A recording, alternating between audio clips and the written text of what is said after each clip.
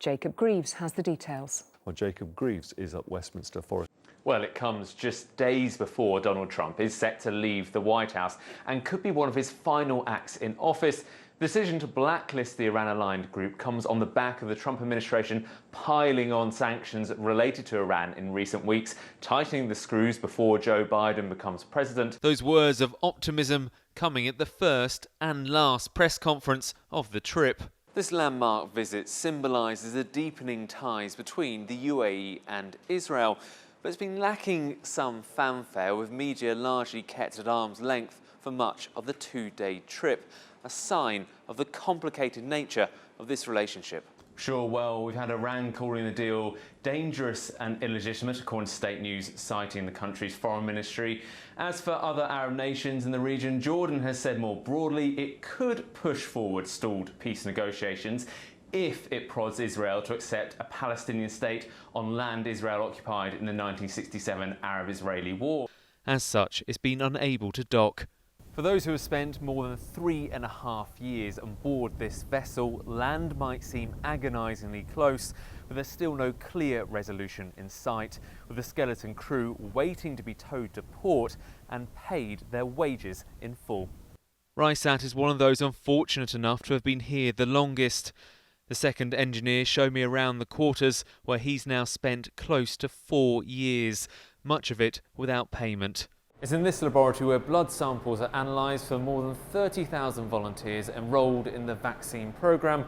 What they're looking for in particular are any signs of antibodies to the virus. According to the latest government figures, Dubai's hospitality sector declined 14.8% in the first quarter compared to the same period last year.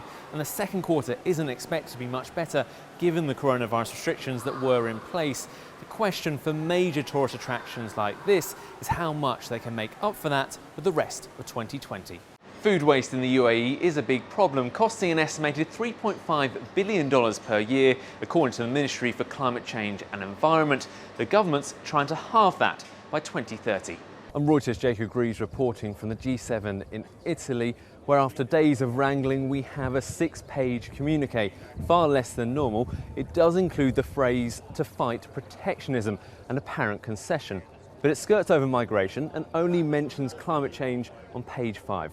Where every nation apart from the US promises to uphold the Paris Climate Accord. This is set to be her 4th term in office, but it also comes with the rise of the far-right Alternative for Germany party and what looks to be an increasingly fractured parliament. Zeebrugge, northern Belgium, a port acutely exposed to Brexit far more than most. In fact, 45% of the trade done here is with the UK. The rise of digital campaigning is a new political reality facing developed democracies, and in many senses it was brought to the fore here in the UK, a petri dish for new techniques during Britain's EU referendum.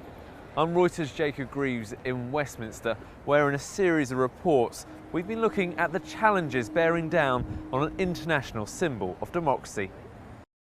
UKIP leader Nigel Farage started the evening by conceding defeat. Well, a lot seems to have changed since then. Independence Day! Was that a victory speech? Dare to dream. May has won her seat, but lost the gamble to call this snap election back in April. A few choice words might spring to mind when reflecting on this year, and for the Oxford English Dictionary, there's one that stands out: post-truth. Also in the top 10, adulting.